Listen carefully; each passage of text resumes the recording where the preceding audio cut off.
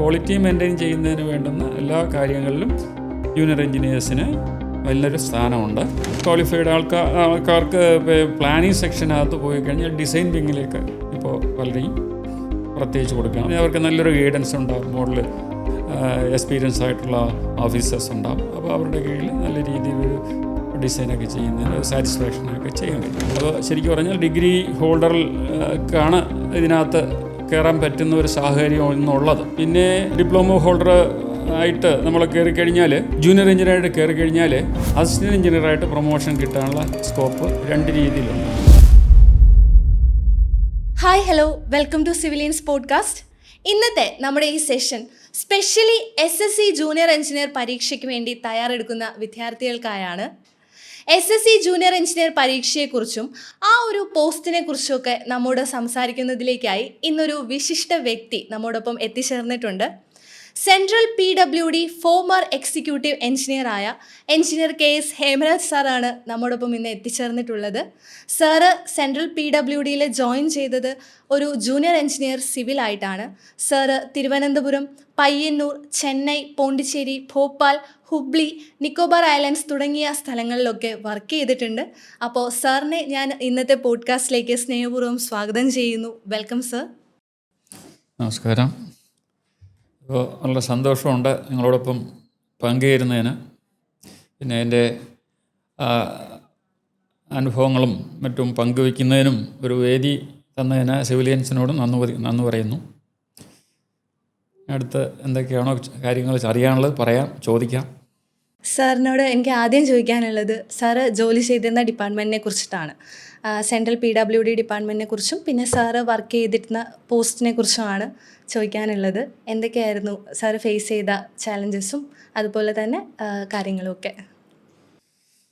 Okay, ഇതൊരു വലിയൊരു ചോദ്യമാണത്. എന്നാലും നമുക്ക് കഴിയുന്നിടത്തോളം ചുരുക്കി പറയാൻ നോക്കാം. സെൻട്രൽ PWD എന്ന് പറയുന്നത് സ്റ്റാർട്ട് ചെയ്തത് 1984 അതിൻ്റെ സെൻട്രൽ PWD ഒരു ഡൽഹൌസി പ്രഭു ആണ് അതിൻ്റെ സമയത്തുണ്ടായിരുന്നത്. അതായത് പ്രീ ഇൻഡിപെൻഡൻസ് ആണ്. അപ്പോൾ അതിനു മുമ്പ് ഈസ്റ്റ് ഇന്ത്യ കമ്പനി ഉണ്ടായിരുന്നു. ഈസ്റ്റ് ഇന്ത്യ കമ്പനി അവരുടെ സാധനങ്ങൾ കൊണ്ടുപോകാനും മറ്റുമൊക്കെ ആയിട്ടുള്ള റോഡ് കാര്യങ്ങളൊക്കെ ഉണ്ടാക്കുന്ന, റോഡ് അതിനനുബന്ധിച്ച് പാലങ്ങളൊക്കെ ഉണ്ടാക്കുന്ന ഒരു എഞ്ചിനീയറിംഗ് സെക്ഷൻ ഉണ്ടായിരുന്നു. പിന്നീട് ഈ 1984 ജൂലൈ ആണ് ആ സമയത്ത് ഇങ്ങനെ ഒരു നല്ലൊരു എൻജിനീയറിങ്ങിൻ്റെ വിഭാഗം ഇവിടെ ആവശ്യമുണ്ടെന്ന് കണ്ടിട്ട് അന്നത്തെ ബ്രിട്ടീഷ് ഭരണാധികാരികൾ ഇവിടെ ഒരു സെക്ഷൻ ഉണ്ടാക്കി. അതിൻ്റെ ഏറ്റവും തലപ്പത്ത് ഒരു സെക്രട്ടറി ലെവലിലുള്ള ഒരാളാണ് നിയമിച്ചിരുന്നത്. അന്ന് സെക്രട്ടറി എന്നായിരുന്നു പറയപ്പെടുന്നത്. പിന്നെ ആ ഡിപ്പാർട്ട്മെൻറ്റിൻ്റെ PWD എന്നായിരുന്നു പറയപ്പെടുന്നത്. അപ്പോൾ അക്കാലത്ത് സംസ്ഥാനത്തിലുള്ള PWD ഒന്നും നിലവിലില്ല. കാരണം സംസ്ഥാനമൊന്നും ഇത്രയും വികസിച്ച രീതിയിലൊന്നും അല്ലായിരുന്നു. അതുകൊണ്ട് തന്നെ പിന്നെ അത് വളർന്ന് ഇങ്ങനെ സ്വാതന്ത്ര്യം നേടിയതിന് ശേഷം PWDക്ക് ചില മാറ്റങ്ങളൊക്കെ വന്നു. സെൻട്രൽ PWD എന്നൊക്കെ ആക്കി. സെൻട്രൽ PWDക്ക് ഇപ്പോൾ ഉള്ള ഓർഗനൈസേഷൻ സെറ്റപ്പ് എന്ന് പറഞ്ഞാൽ ഏറ്റവും മുകളിൽ ഒരു സെക്രട്ടറി ലെവലിലുള്ളൊരു പോസ്റ്റുണ്ട്. അതായത് കേന്ദ്ര ഗവൺമെൻറ് സെക്രട്ടറി ലെവലിലെ പോസ്റ്റ് ഡയറക്ടർ ജനറൽ എന്ന് പറയും. ഡയറക്ടർ ജനറലിന് താഴെ സ്പെഷ്യൽ ഡയറക്ടർ ജനറൽ എന്ന പോസ്റ്റുണ്ട്. അത് കഴിഞ്ഞ ഒരു 5-6 വർഷത്തിനിടയ്ക്ക് വന്ന പോസ്റ്റുകളാണ്. പിന്നെ അഡീഷണൽ ഡയറക്ടർ ജനറൽ എന്ന് പറഞ്ഞ മറ്റൊരു പോസ്റ്റുണ്ട്. അഡീഷണൽ ഡയറക്ടർ ജനറൽ കഴിഞ്ഞാൽ അതിൻ്റെ കീഴെ ചീഫ് എഞ്ചിനീയേഴ്സ് ഉണ്ട്, ചീഫ് വിജിലൻസ് ഓഫീസേഴ്സ് ഉണ്ട്. ചീഫ് വിജിലൻസ് ഓഫീസർ ഒരാളാണ്. പിന്നെ അതിൻ്റെ കീഴത്തെ ലെവലെന്ന് പറഞ്ഞാൽ സൂപ്രണ്ട് എഞ്ചിനീയറിൻ്റെ താഴെ വരുന്നത് എക്സിക്യൂട്ടീവ് എഞ്ചിനീയേഴ്സാണ്. എക്സിക്യൂട്ടീവ് എഞ്ചിനീയേഴ്സിൻ്റെ കീഴെ വരുന്നത് ഇവിടെ അസിസ്റ്റൻ്റ് എഞ്ചിനീയർ, പിന്നെ ജൂനിയർ എഞ്ചിനീയർ. ഈ ജൂനിയർ എഞ്ചിനീയറിനാണ് CPWDയിൽ ഏറ്റവും അവസാനത്തെ എഞ്ചിനീയറിംഗ് സ്റ്റാഫ്. അപ്പോൾ ബേസിക് ആയിട്ടുള്ള ആളുകളാണ്. അതായത് ജൂനിയർ എഞ്ചിനീയേഴ്സ് എന്ന് പറയുന്നവരായിരുന്നു CPWD ഒരു 3-4 വർഷം മുമ്പ് ഏറ്റവും പ്രധാനപ്പെട്ട ആളുകളായിരുന്നു. അവരില്ലാതെ ഒരു കാര്യം നടക്കുന്ന പതിയില്ല. പക്ഷേ ഇപ്പോഴൊക്കെ എഞ്ചിനീയറിംഗ് EPC മോഡലിലൊക്കെ വന്നതിന് ശേഷം ജൂനിയർ എഞ്ചിനീയേഴ്സിനെ ഇപ്പോൾ ഒഴിവാക്കുന്നുണ്ട്. പല പ്രോജക്റ്റുകളിലും ഇപ്പോൾ ജൂനിയർ എഞ്ചിനീയേഴ്സ് ഇല്ല. പക്ഷേ മെയിൻ്റനൻസ് എന്ന് പറയുന്ന ഒരു മേഖലയുണ്ട്. അതിൽ ജൂനിയർ എഞ്ചിനീയേഴ്സ് വളരെ പ്രധാനപ്പെട്ട പങ്ക് വഹിക്കുന്നുണ്ട്. പിന്നെ പ്ലാനിങ് സെക്ഷനിൽ കുറേയധികം നല്ല ഒരു പങ്ക് വഹിക്കുന്നുണ്ട് ഇപ്പോൾ. പിന്നെ എക്സിക്യൂഷനിൽ ചെറിയ പ്രോജക്റ്റുകൾ, ചെറിയ വർക്കുകളൊക്കെ ജൂനിയർ എഞ്ചിനീയേഴ്സ് ഇൻഡിപെൻഡൻ്റ് ആയിട്ട് ചാർജ് കൊടുക്കുന്നുണ്ടാവും. പിന്നെ അല്ലെങ്കിൽ പിന്നീട് വരുന്നത് ശരിക്കും പറഞ്ഞാൽ ഓർഗനൈസേഷൻ സെറ്റപ്പിൽ ഉദ്ദേശിക്കുന്നത് അസിസ്റ്റൻ്റ് എഞ്ചിനീയേഴ്സിനെ സഹായിക്കുക എന്നുള്ളതാണ്. മുമ്പ് ഒരു അസിസ്റ്റൻ്റ് എഞ്ചിനീയർക്ക് 3 ജൂനിയർ എഞ്ചിനീയർ എന്നുള്ള രീതിയിലുണ്ടായിരുന്നു. പക്ഷേ അത് ഇപ്പോൾ എല്ലാം മാറിക്കഴിഞ്ഞു. ഇപ്പോൾ ജൂനിയർ എഞ്ചിനീയേഴ്സ് ഇല്ലാത്ത സ്ഥലങ്ങളുമുണ്ട്. പിന്നെ ഒരു അസിസ്റ്റൻ്റ് എഞ്ചിനീയർ കൂടെ ഒരു ജൂനിയർ എഞ്ചിനീയർ മാത്രമായിട്ട് വരുന്നൊരു സാഹചര്യമുണ്ട്. ചില സ്ഥലങ്ങളിൽ ഒരു പക്ഷേ 2 ജൂനിയർ എഞ്ചിനീയേഴ്സ് കണ്ടെന്ന് വരാം, വളരെ വിരളമായിട്ട്. അപ്പോൾ അങ്ങനെ സെറ്റപ്പൊക്കെ ഇപ്പോൾ ഈ ഇടയ്ക്കൊക്കെ മാറിയിട്ടുണ്ട്. അത് കാലഘട്ടത്തിൻ്റേതായിട്ടുള്ള മാറ്റമാണ്. ഇപ്പോൾ ഇവിടുത്തെ ട്രെൻഡെന്ന് പറഞ്ഞാൽ എല്ലാം കോൺട്രാക്റ്റേഴ്സ് തന്നെയാണ് ജൂനിയർ എഞ്ചിനീയേഴ്സിന് സമാനമായ ആൾക്കാരെ നിയമിക്കുക. അത് കോൺട്രാക്റ്റിൻ്റെ ഭാഗമാക്കിയിട്ടുണ്ട്. അപ്പോൾ കോൺട്രാക്റ്റ് നിയമിക്കണം, ഇത്ര ആൾക്കാരെ മിനിമം എക്സ്പീരിയൻസ് ഉള്ള, മിനിമം ക്വാളിഫിക്കേഷൻ ഉള്ള എത്ര ആൾക്കാരെ ഓരോ വർക്കിൽ നിയമിക്കണമെന്ന് കോൺട്രാക്റ്റിൽ പറയുന്നുണ്ട്. അപ്പോൾ അതനുസരിച്ച് അവർ നിയമിക്കുന്നതാണ് കൂടുതൽ. അപ്പോൾ ജൂനിയർ എഞ്ചിനീയേഴ്സായിട്ട് CPWയിൽ വരുന്നതിനേക്കാൾ കൂടുതൽ ഓപ്പർച്യൂണിറ്റീസ് പ്രൈവറ്റിലുണ്ട്. പക്ഷേ അതിലൊരു പ്രശ്നം വരുന്നത് അവരുടെ സാലറി ഒന്നും സർക്കാർ തലത്തിൽ നിയന്ത്രിച്ചിട്ടില്ല എന്നുള്ളൊരു പ്രശ്നമുള്ളത് കൊണ്ടാണ് നമ്മുടെ ഇത്തരം ഗവൺമെൻറ് സ്ഥാപനങ്ങളിലേക്ക് ആൾക്കാരെ കൂടുതലായിട്ട് വരുന്നതിനുള്ള ഒരു സാഹചര്യം ഉണ്ടായിരിക്കുകയാണ്. ഈ പ്രൈവറ്റ് ആയിട്ടുള്ള കോൺട്രാക്റ്റേഴ്സ് മിനിമം ഒരു ശമ്പളമൊക്കെ നിശ്ചയിച്ചിരുന്നുവെങ്കിൽ ഒരുപക്ഷെ ഗവൺമെൻറ് തലത്തിലേക്ക് ആൾക്കാർ എത്രത്തോളം കൂടുതൽ വരാൻ താല്പര്യം കാണിക്കില്ല എന്നാണ് എൻ്റെ വിശ്വാസം. നമുക്കിപ്പോൾ മലയാളികൾ അധികം പേര് ഈ ഒരു SSC ജൂനിയർ എഞ്ചിനീയർ എന്ന ഫീൽഡിലേക്ക് വരുന്നില്ല എന്ന് തോന്നുന്നുണ്ടോ? അല്ല, മലയാളികൾ, അതായത് ഞാൻ 82-ൽ ആണ് ഡിപ്പാർട്ട്മെൻറ്റിൽ ജോയിൻ ചെയ്തത്. അപ്പോൾ 82-ൽ മുമ്പ് വരെ നല്ലൊരു ഭാഗം മലയാളികൾ സെൻട്രൽ PWഡിലുണ്ടായിരുന്നു. സെൻട്രൽ PWഡിൻ്റെ ഏത് ഭാഗത്ത് പോയി കഴിഞ്ഞാലും മലയാളികളുടെ തന്നെയായിരുന്നു അവിടെ ഉണ്ടായിരുന്നത്. ജൂനിയർ എഞ്ചിനീയർ ആയിരുന്നാലും, അസിസ്റ്റൻ്റ് എഞ്ചിനീയർ ആയിരുന്നാലും, എക്സിക്യൂട്ടീവ് എഞ്ചിനീയർ ആയിരുന്നാലും അതിൻ്റെ മുകളിലത്തെ ഏത് തലത്തിലും ഉണ്ടായിരുന്നു. 82-ന് ശേഷം ഞാൻ 82-ൽ ജോയിൻ ചെയ്യുമ്പോൾ 650 പേരായിരുന്നു ജൂനിയർ എഞ്ചിനീയേഴ്സായിട്ട് സിവിലിൽ എടുത്തിരുന്നത്. ഇലക്ട്രിക്കലിൽ ഏകദേശം 140ഓളം പേരെടുത്തിരുന്നു. അപ്പോൾ ഇതിൽ ഒരു 10% മലയാളികളുണ്ടായിരുന്നു. പക്ഷേ ഇപ്പോഴത്തെ സ്ഥിതി അങ്ങനെയല്ല. കഴിഞ്ഞ വർഷം റിക്രൂട്ട്മെൻ്റ് ആയ ആളുകളിൽ ഏകദേശം 65 പേരെ മറ്റോ സിവിലിലെടുത്തതിൽ വെറും 1-2 പേര് മാത്രമേ പേര് വെച്ച് തന്നെ കണ്ടുപിടിക്കാൻ കഴിയുന്നുള്ളൂ സൗത്തിലെന്നും. അപ്പോൾ അത് സൗത്ത്, ഈ തമിഴ്നാട്, കേരള, കർണാടക. അപ്പോൾ ഇതിനകത്ത് നിന്ന് ഒരു 3 പേരോ 4 പേരോ അങ്ങനെയാണ് കാണുന്നത്. അപ്പോൾ അതിന് ബേസിക്കായിട്ട് എന്തോ ഒരു പ്രശ്നമുണ്ട്. ഒരു പക്ഷേ ട്രെയിനിങ്ങിൻ്റേതായിട്ടുള്ളൊരു പ്രശ്നം ഉണ്ട്. ട്രെയിനിങ്ങിനും ഒരു പ്രശ്നമുണ്ട്. ശരിയായിട്ടുള്ള ട്രെയിനിങ് നമ്മുടെ ഇവിടുത്തെ കുട്ടികൾ എടുക്കുന്നില്ല എന്നുള്ളതും ആകാം. പിന്നെ മറ്റൊന്ന്, നോർത്തിൽ നല്ല രീതിയിലുള്ള കോച്ചിങ് നടക്കുന്നുണ്ട്, അത് മനസ്സിലാകുന്നുണ്ട്, ഡൽഹിയും മറ്റുമൊക്കെ. പിന്നെ ഇതിലൊന്നും കഴിയാത്ത മറ്റുള്ള നമുക്ക് പറയാൻ പറ്റാത്ത പല സംഗതികളും ഉണ്ടെന്ന് തോന്നുന്നു. അത്രേ സംശയമേ ഉള്ളൂ. ബീഹാറിലൊക്കെ ചില കോപ്പി എഴുതിയും മറ്റു കാര്യങ്ങളൊക്കെ റിപ്പോർട്ടുകൾ കാണുന്നുണ്ടല്ലോ. ഇതിലും ഇവിടെയും സംഭവിച്ചുകൂടാന്നില്ല, അത്രയേ ഉള്ളൂ. അപ്പോൾ അതൊരു സംശയം മാത്രമാണ്. പക്ഷേ അത് വെച്ചിട്ട് നമ്മൾ പഠിക്കാതിരിക്കുക എന്നുള്ളത് ഞാൻ പറയുന്നില്ല. നമ്മൾ പഠിച്ചു തന്നെ ആവണം. അവരെക്കാൾ ഏറ്റവും കൂടുതൽ നമ്പർ 1 എന്ന് പറയുന്ന ഒരു ലെവലിലേക്ക് വന്നു കഴിഞ്ഞാൽ ആർക്കും അവരെ ഒന്നും പിടിച്ച് തള്ളാൻ പറ്റില്ല.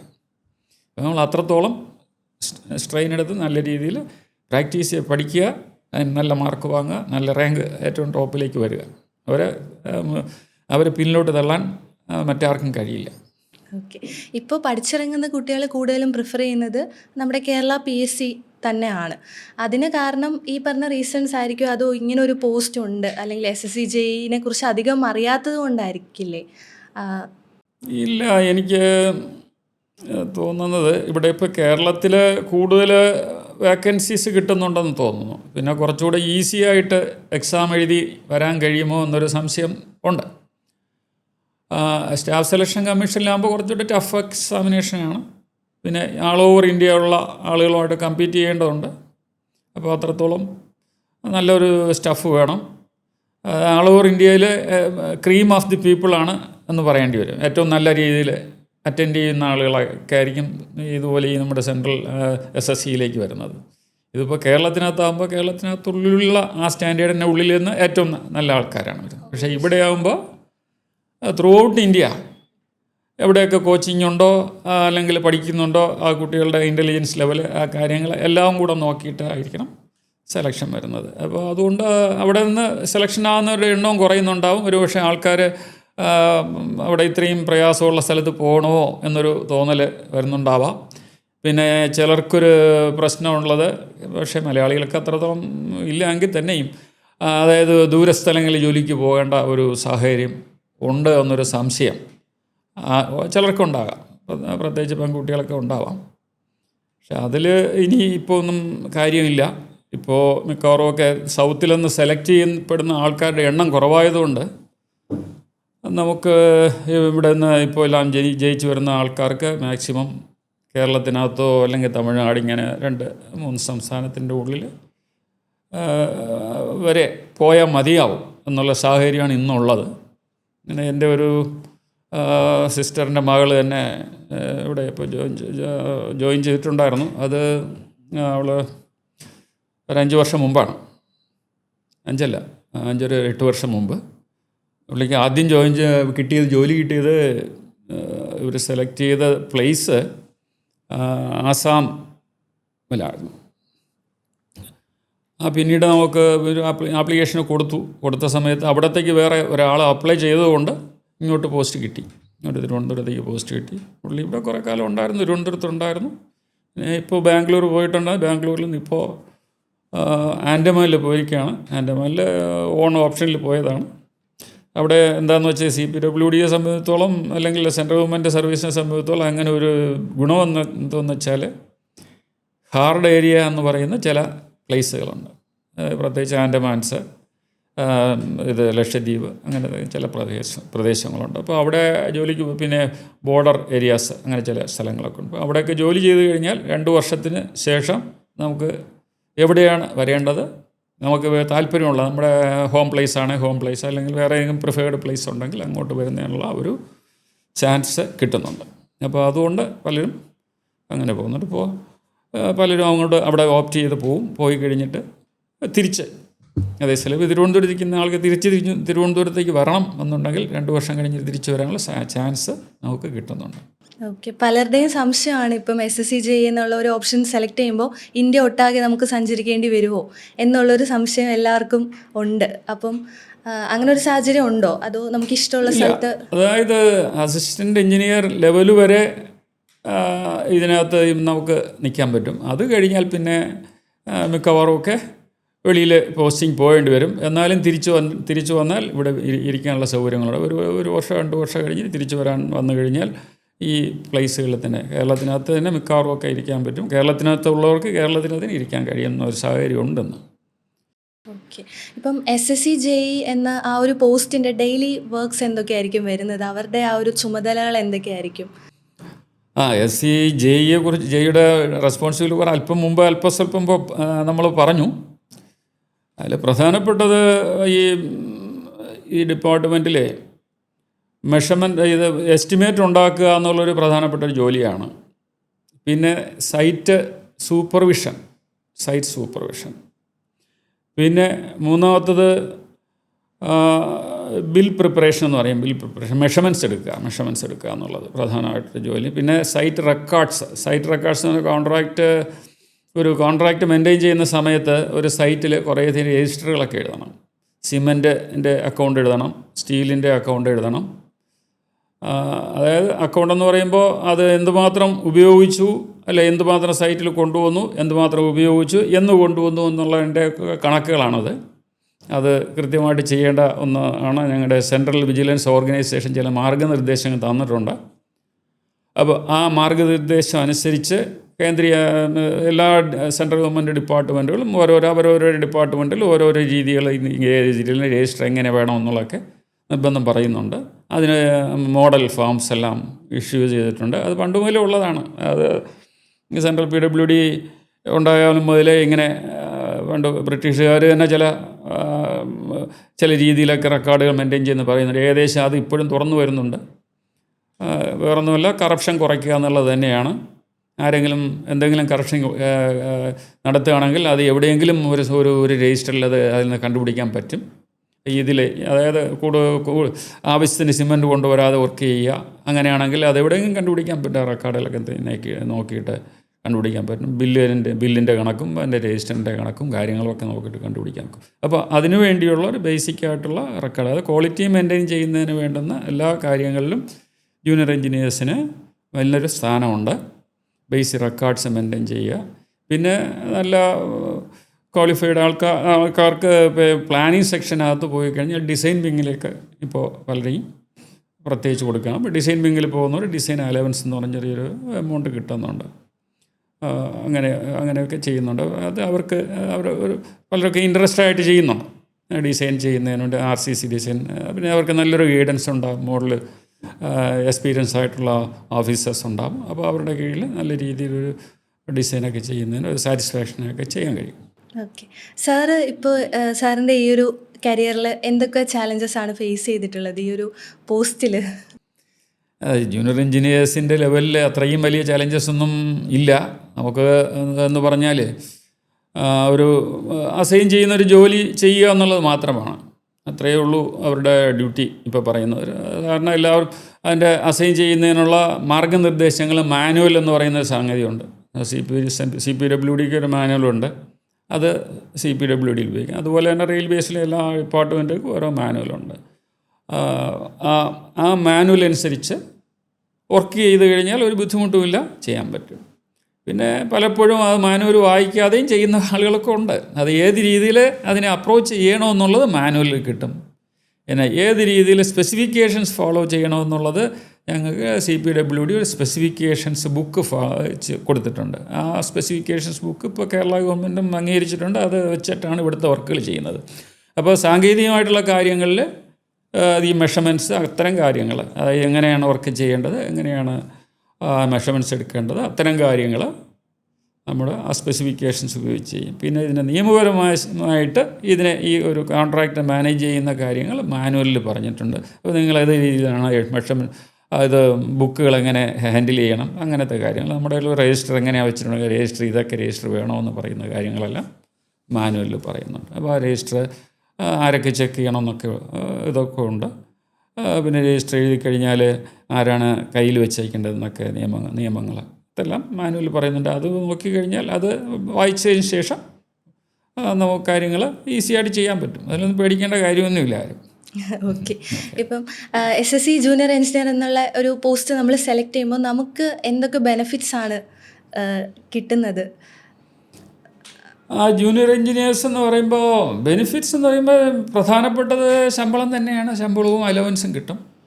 ശമ്പളം ഇപ്പോൾ 35,000 സംതിങ് എന്ന് പറയുന്നുണ്ട്. പിന്നെ അലവൻസ്, പിന്നെ ഹൗസ് അങ്ങനത്തെ സംഗതികളൊക്കെ ഉണ്ട്. അലവൻസ് എന്ന് പറയുമ്പോൾ DA കിട്ടുന്നുണ്ട്. പിന്നെ അത് പോയിട്ട് പിന്നെ ഹൗസ് ബിൽഡിംഗ് അഡ്വാൻസ് വാങ്ങാനുള്ള ഒരു സൗകര്യം കൊടുക്കുന്നുണ്ട്. ഹൗസ് ബിൽഡിംഗ് അഡ്വാൻസ് വാങ്ങാൻ ഉള്ള സൗകര്യം കൊടുക്കുന്നുണ്ട്. അത് സാമ്പത്തികമായിട്ടുള്ള വിഷയത്തിൽ വന്നു കഴിഞ്ഞാൽ. പിന്നെ TA ബിൽ നമ്മൾ യാത്ര ചെയ്യുകയാണെങ്കിൽ അത് സർക്കാരിൻ്റെ അനുവാദമുള്ള, നമ്മുടെ ഡിപ്പാർട്ട്മെൻറ്റ് ഒരു സ്ഥലത്ത് പോകാൻ പറഞ്ഞാൽ പോവുക, അതിനുള്ള ചിലവുകൾ എല്ലാം തന്നെ ഡിപ്പാർട്ട്മെൻറ്റ് താമസിക്കാനുള്ള സൗകര്യത്തിന് വേണ്ടുന്നുള്ള ഗസ്റ്റ് ഹൗസ് ഇല്ലാത്ത സ്ഥലങ്ങളിൽ വെളിയിൽ താമസിച്ചാൽ എത്രയും രൂപ ഒരു പ്രത്യേക എമൗണ്ട് ഉണ്ട്. ആ ലിമിറ്റ് വരെയുള്ള തുകയ്ക്കുള്ളിലുള്ള ഹോട്ടൽ ബില്ല് കൊടുത്തു കഴിഞ്ഞാൽ അതെല്ലാം റീഇംബേഴ്സ്മെൻറ്റ് ചെയ്ത് കിട്ടും.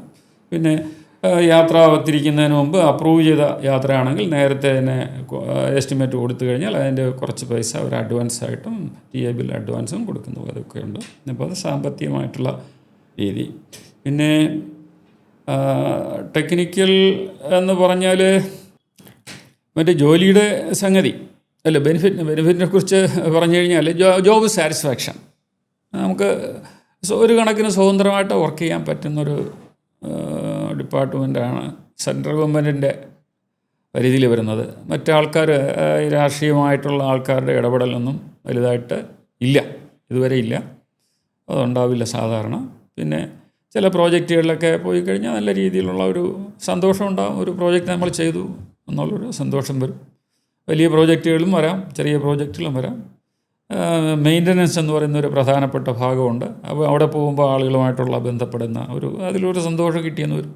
അങ്ങനെയൊക്കെ ഉണ്ട്, ഇത്രയൊക്കെ ഉണ്ട്. ഓക്കെ, ഇപ്പം നമുക്ക് ഈ ഒരു പോസ്റ്റിലേക്ക് പ്രിപ്പയർ ചെയ്യുന്ന ഒരു വിദ്യാർത്ഥിയെ സംബന്ധിച്ചിടത്തോളം ഏറ്റവും ഫേസ് ചെയ്യുന്ന ഒരു വെല്ലുവിളി എന്ന് പറയുന്നത് നമ്മുടെ നോൺ ടെക്നിക്കൽ പോർഷനാണ്, അതായത് ജനറൽ പോർഷനാണ്. അപ്പം അത് നമുക്ക് എങ്ങനെ ഓവർകം ചെയ്യാൻ പറ്റും? എങ്ങനത്തെ രീതിയിലൊക്കെ ആയിരിക്കും ചോദിക്കുന്നത്? ആ ഒരു പേടി നമുക്ക് എങ്ങനെ മാറ്റാൻ പറ്റും? അതിനെക്കുറിച്ച് ആലോചിച്ച് പേടിക്കാതിരിക്കുക, അതേ ഉള്ളൂ.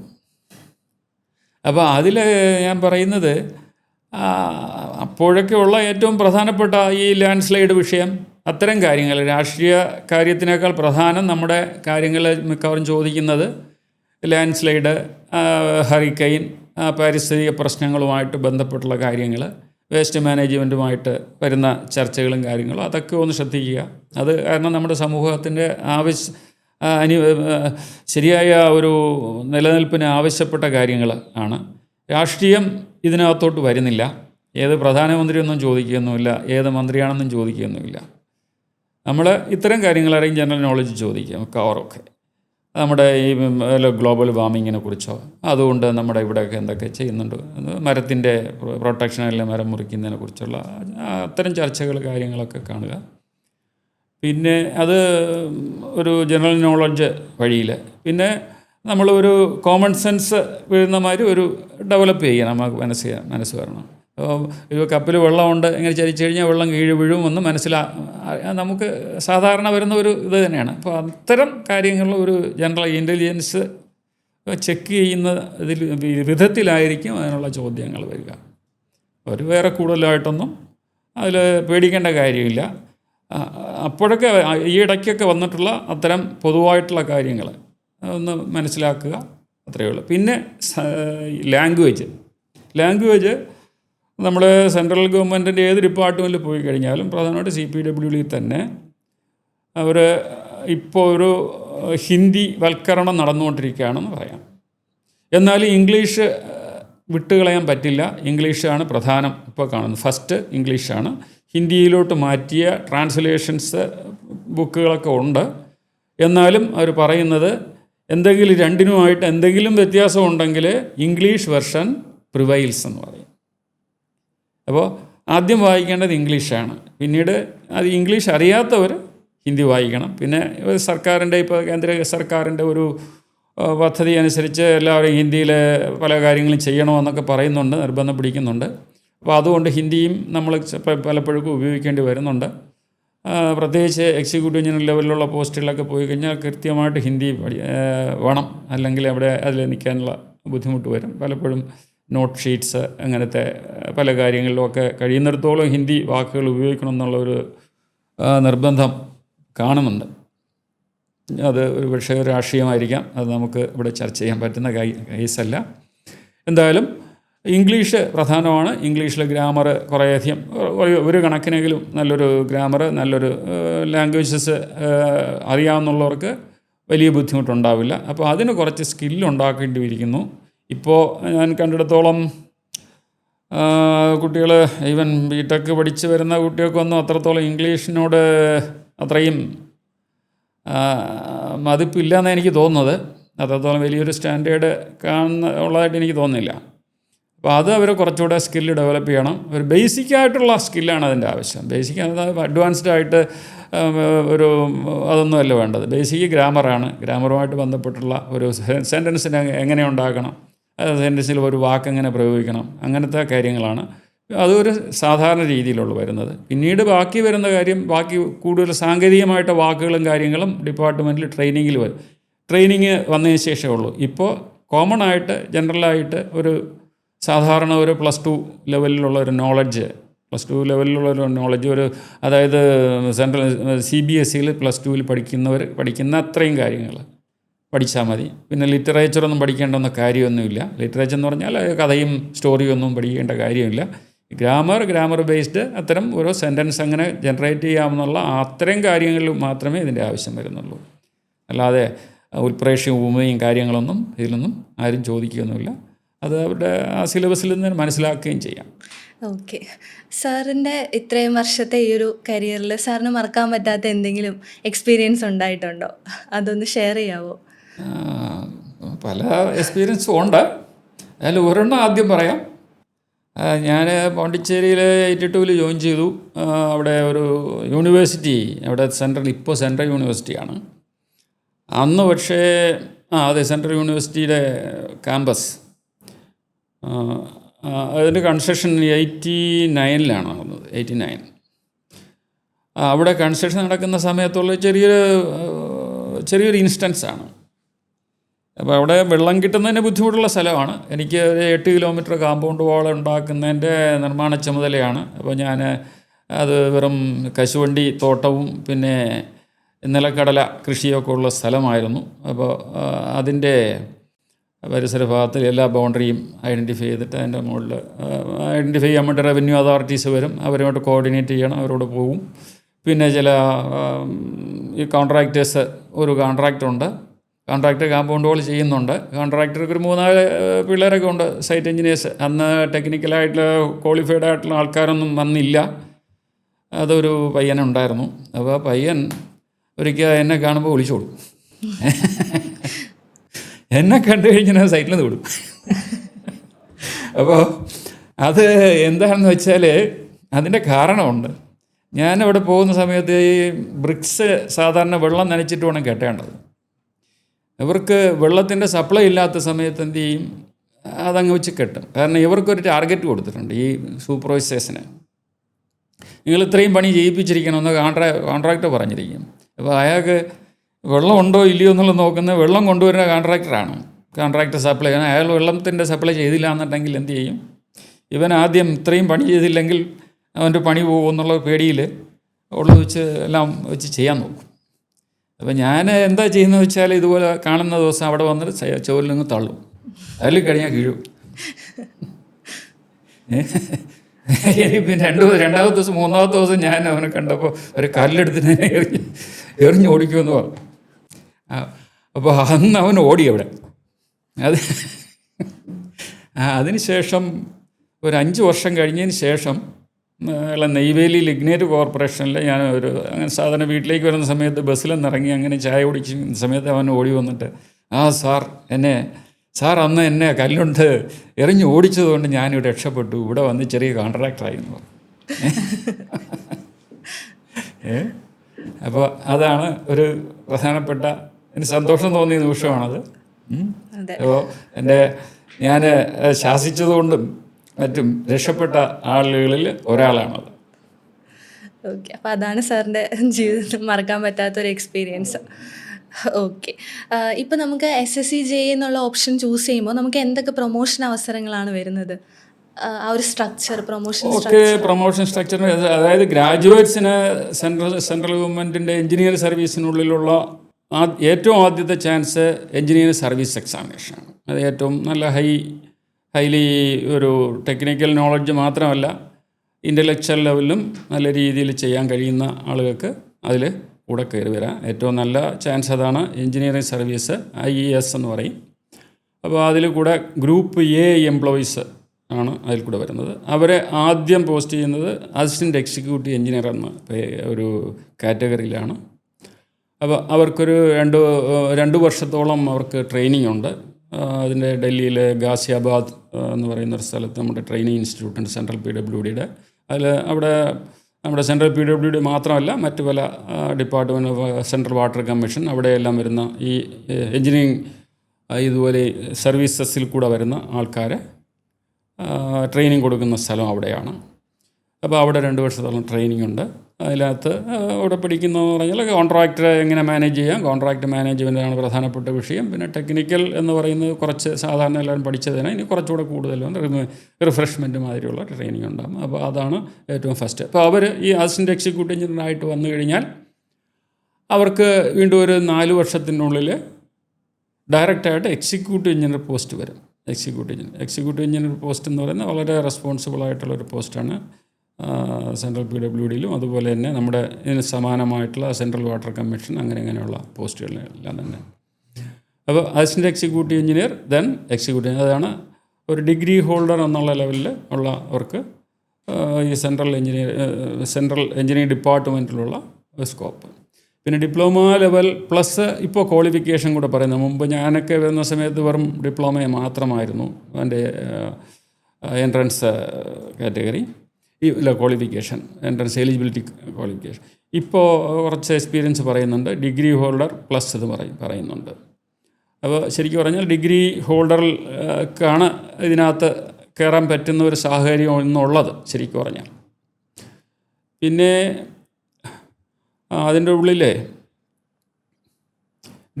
ഡിപ്ലോമ ഹോൾഡർ ആയിട്ട് നമ്മൾ കയറിക്കഴിഞ്ഞാൽ, ജൂനിയർ എഞ്ചിനീയറായിട്ട് കയറിക്കഴിഞ്ഞാൽ നമുക്ക് അസിസ്റ്റൻ്റ് എഞ്ചിനീയറായിട്ട് പ്രൊമോഷൻ കിട്ടാനുള്ള സ്കോപ്പ് 2 രീതിയിലുണ്ട്. ഒന്ന്, 5 വർഷം കഴിഞ്ഞാൽ ലിമിറ്റഡ് ഡിപ്പാർട്ട്മെൻറ്റൽ എക്സാമിനേഷൻ എന്ന് പറഞ്ഞിട്ടുണ്ട് ഒരെണ്ണമുണ്ട്. അതായത് മുമ്പ് 4 വർഷമായിരുന്നു, ഇപ്പോൾ 5 വർഷമാക്കിയിരിക്കുകയാണ്.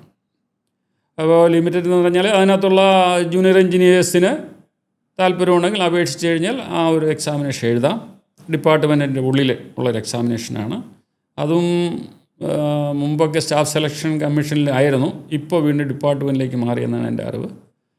അതിൻ്റെ നോട്ടിഫിക്കേഷൻ വരും. ആ നോട്ടിഫിക്കേഷൻ വരുന്ന സമയത്ത് ഡിപ്പാർട്ട്മെൻറ്റിൻ്റെ ഉള്ളിലുള്ള സർക്കുലേഷൻ ഉണ്ടാകും, സർക്കുലേഷൻ വരും. അതിനനുസരിച്ച് ആ സമയത്ത് അപ്ലൈ ചെയ്യുക. അപ്ലൈ ചെയ്തതിന് ശേഷം അതിൽ ടോപ്പ് വരുന്ന ആൾക്കാരെ നെക്സ്റ്റ് അസിസ്റ്റൻ്റ് എഞ്ചിനീയറായിട്ടുള്ള ആ ടോപ്പ് ഒരു എത്ര വേക്കൻസി എന്ന് പറയുന്നുണ്ട്. അതായത് ഗ്രൂപ്പ് എയും ഗ്രൂപ്പ് ബിയും എന്നാണ് പറയുന്നത്. ഇങ്ങനെ പ്രൊമോഷൻ കിട്ടി വരുന്നവർ ഗ്രൂപ്പ് ബി എന്നാണ് പറയുക. അപ്പോൾ ഈ ഗ്രൂപ്പ് എയും ഗ്രൂപ്പ് ബിക്കും ഒരു പ്രൊപ്പോർഷനുണ്ട്, ഒരു 1:20, 1:3 മറ്റോ ആണ് ചെയ്യുന്നത്. അപ്പോൾ ഒരു 1/3 വേക്കൻസീസ് ഇതുപോലെ പ്രൊമോഷനുള്ള ആൾക്കാരെ ഒന്ന് നിറയ്ക്കും. 2 പോർഷൻ ഓഫ് വേക്കൻസീസ് ഡയറക്റ്റായിട്ട് അസിസ്റ്റൻ്റ് എക്സിക്യൂട്ടീവ് എഞ്ചിനീയറായിട്ട് പോസ്റ്റ് ചെയ്തിട്ട് നിറയ്ക്കും. അപ്പോൾ ഇങ്ങനെ ജൂനിയർ എഞ്ചിനീയേഴ്സിനുള്ള ചാൻസ് 5 വർഷം കഴിയുമ്പോൾ എക്സാമിനേഷൻ എഴുതാം. എക്സാമിനേഷൻ കഴിഞ്ഞിട്ട് അതിൽ ടോപ്പ് മോസ്റ്റ് റാങ്കിൽ വരുന്ന ഈ 1/3 വേക്കൻസിക്ക് അസിസ്റ്റൻ്റ് എഞ്ചിനീയറുടെ വേക്കൻസിയിലേക്ക് കയറാൻ പറ്റും. അത് ഒന്ന്. രണ്ടാമത് സീനിയാരിറ്റി പ്രൊമോഷൻ എന്ന് പറയുന്ന ഒരു സംഗതിയുണ്ട്. സീനിയാരിറ്റി പ്രൊമോഷൻ എന്ന് പറയുമ്പോൾ അത് കുറേ കാലം കഴിഞ്ഞ് മിക്കവാറും ഇപ്പോൾ എല്ലാം 10-12 വർഷം കിട്ടും. മുമ്പ് ഒരു 20 വർഷത്തോളം കഴിഞ്ഞ ജൂനിയർ എഞ്ചിനീയറായിട്ട് ഇരുന്നവർക്ക് കൂടെ കിട്ടാത്ത സാഹചര്യം കൂടെ ഉണ്ടായിരുന്നു. 20-24 വർഷമൊക്കെ ആകുമ്പോൾ അസിസ്റ്റൻ്റ് എഞ്ചിനീയറായിട്ടൊന്ന് റിട്ടയർ ചെയ്തെന്ന് വരുമായിരുന്നു അന്നൊക്കെ. അതായത് ഇപ്പോൾ ഈ ഒരു 2015 മുമ്പെല്ലാം അങ്ങനെയായിരുന്നു സാഹചര്യം. ഇപ്പോൾ മാറിക്കഴിഞ്ഞു. ഇപ്പോൾ ഒരു 8-10 വർഷത്തിനുള്ളിലൊക്കെ പ്രൊമോഷൻ കിട്ടുന്നുണ്ട്. സീനിയാരിറ്റി ആയിരുന്നാലും 10 വർഷത്തിനുള്ളിൽ പ്രൊമോഷൻ കിട്ടുന്നുണ്ട്. സിവിലായിരുന്നാലും ഇലക്ട്രിക്കലായിരുന്നു ഒക്കെ അങ്ങനെ ഒരു പക്ഷേ 10 അല്ല 15 വർഷം 10-നും 15-നും ഇടയ്ക്ക് ആകുമ്പോൾ സീനിയാരിറ്റിയിലും പ്രൊമോഷൻ കിട്ടാറുണ്ട്. അത് അങ്ങനെ അവർ പിന്നെ അസിസ്റ്റൻ്റ് എഞ്ചിനീയർ ആയിക്കഴിഞ്ഞാൽ എല്ലാവരും എപ്പോഴാണോ അസിസ്റ്റൻ്റ് എഞ്ചിനീയർ പോസ്റ്റ് എടുത്തത് അല്ല റിക്രൂട്ട്മെൻറ്റ് ആയത് അങ്ങോട്ട് പ്രൊമോഷൻ ആയത് അതിനനുസരിച്ചുള്ള സീനിയാരിറ്റി ഓർഡർ വരും. സീനിയാരിറ്റിയിൽ വന്നതിന് ശേഷം അതിൽ ഏറ്റവും ടോപ്പ് മോസ്റ്റ് വരുന്ന ആളുകളെ പിന്നെ അവർക്ക് എക്സിക്യൂട്ടീവ് എഞ്ചിനീയർ പ്രൊമോഷന് കിട്ടുന്ന സാധ്യതയുണ്ട്. ഇപ്പോൾ അതിനുള്ള സാധ്യതകളൊക്കെ കൂടുന്നു. പിന്നെ സൂപ്രണ്ട് എഞ്ചിനീയർ വരെയൊക്കെ എത്തുന്നുണ്ട് ഇപ്പോൾ. അപ്പോൾ അതുവരെ ജൂനിയർ എഞ്ചിനീയറായിട്ട് കയറുന്ന ആൾക്ക് സൂപ്രണ്ട് എഞ്ചിനീയർ വരെ ആകുന്നതിനുള്ള സൗകര്യം ഇന്നുണ്ട്. പക്ഷേ ഒരു 10 വർഷം മുമ്പ് അതില്ലായിരുന്നു. ഇന്ന് അതിനുള്ള സാഹചര്യങ്ങളുണ്ട്. ഓക്കെ സാർ, ഇപ്പോൾ നമുക്ക് നിലവിലെ SSC JEE 2025 നോട്ടിഫിക്കേഷൻ വന്നിട്ടുണ്ട്. അപ്പം ഇപ്പോൾ തയ്യാറെടുക്കുന്ന വിദ്യാർത്ഥികളോട് സാറിന് എന്താണ് പറയാനുള്ളത്? ഇല്ല, ആദ്യം പറയാനുള്ളത് നിങ്ങളൊന്നും പേടിക്കണമെന്നേ പറയുള്ളൂ ഞാൻ. പിന്നീട് ഒന്ന് സ്റ്റേണായിട്ട് വായിക്കുക, പഠിക്കുക. ബേസിക് ആയിട്ടുള്ള എൻജിനീയറിംഗ് ആണ് നമുക്കിവിടെ ഇവിടെ വന്ന് ടെസ്റ്റ് ചെയ്യുന്നത്. ഒരാളുടെ ബേസിക് ആയിട്ടുള്ള എൻജിനീയറിംഗ് നോളജ് ടെസ്റ്റ് ചെയ്യുന്ന മാതിരിയുള്ള ചോദ്യങ്ങളായിരിക്കും ഇതിൽ വരിക. ബേസിക് എന്ന് പറഞ്ഞാൽ സ്ട്രെസ്, സ്ട്രെയിൻ എന്ന് പറയുന്ന അറിയണം, ഇലാസ്റ്റിസിറ്റി അറിയണം കൃത്യമായിട്ട്. അതാണ് ബേസിക് എൻജിനീയറിങ്ങിൻ്റെ ഒരു അത്. അപ്പോൾ അത് എങ്ങനെ എവിടെയൊക്കെ ഉപയോഗിക്കണമെന്ന്. ഈ ഇടയ്ക്ക് ഞാനൊരു കഴിഞ്ഞ എക്സാമിനൊരു ചോദ്യം കണ്ടു. ചോദ്യത്തിൽ കാണുന്നത് ഒരു ബീമിൽ സെൻറ്ററിലൊരു ലോഡുണ്ട്, അതിൻ്റെ ഷിയർ ഫോഴ്സ്, ഷിയർ സ്ട്രെസ് പറയുന്നുണ്ട്.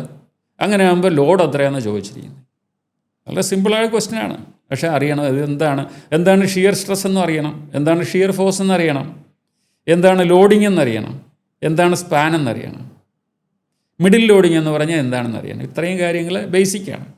അതറിയാമെന്നുള്ളവർക്ക് ഇത് എഴുതാൻ പറ്റും. ഓക്കെ, അപ്പോൾ അതാണ് സാറിന് പറയാനുള്ളത്. അപ്പോൾ നമുക്ക് ഈ ഒരു സെഷനിൽ നിന്ന് ശരിക്കും SSC JEE എന്നുള്ളൊരു പോസ്റ്റിൽ എന്തൊക്കെ കാര്യങ്ങളാണ് വരുന്നത് എന്നുള്ള കൃത്യമായിട്ടുള്ള ഒരു ഓവർവ്യൂ സാർ നമുക്ക് തന്നു. നമുക്കത് കൃത്യമായിട്ട് മനസ്സിലായി. പിന്നെ ഈ ഒരു എക്സാമിനെ കുറിച്ച് അധികം പേടിക്കേണ്ട കാര്യമൊന്നുമില്ല. ടെക്നിക്കലായിരുന്നാലും നോൺ ടെക്നിക്കലായിരുന്നാലും പേടിക്കേണ്ട കാര്യമില്ല. നമുക്ക് പഠിച്ചാൽ അല്ലെങ്കിൽ നമുക്ക് ശ്രമിച്ചാൽ കിട്ടും എന്നുള്ളൊരു മോട്ടിവേഷനും സാർ തന്നിട്ടുണ്ട്. അപ്പം ഈ ഒരു സെഷനിൽ ഞങ്ങളുടെ കൂടെ ജോയിൻ ചെയ്ത എഞ്ചിനീയർ KS ഹേമരാജ് സാറിന് എൻ്റെ പേരിലും സിവിലിയൻസിൻ്റെ പേരിലുമുള്ള നന്ദി അറിയിക്കുന്നു. Thank you so much sir. വളരെ നല്ലൊരു സെഷനായിരുന്നു. Thank you so much. Start your preparations for engineering competitive exams from top educators. Learn from the best.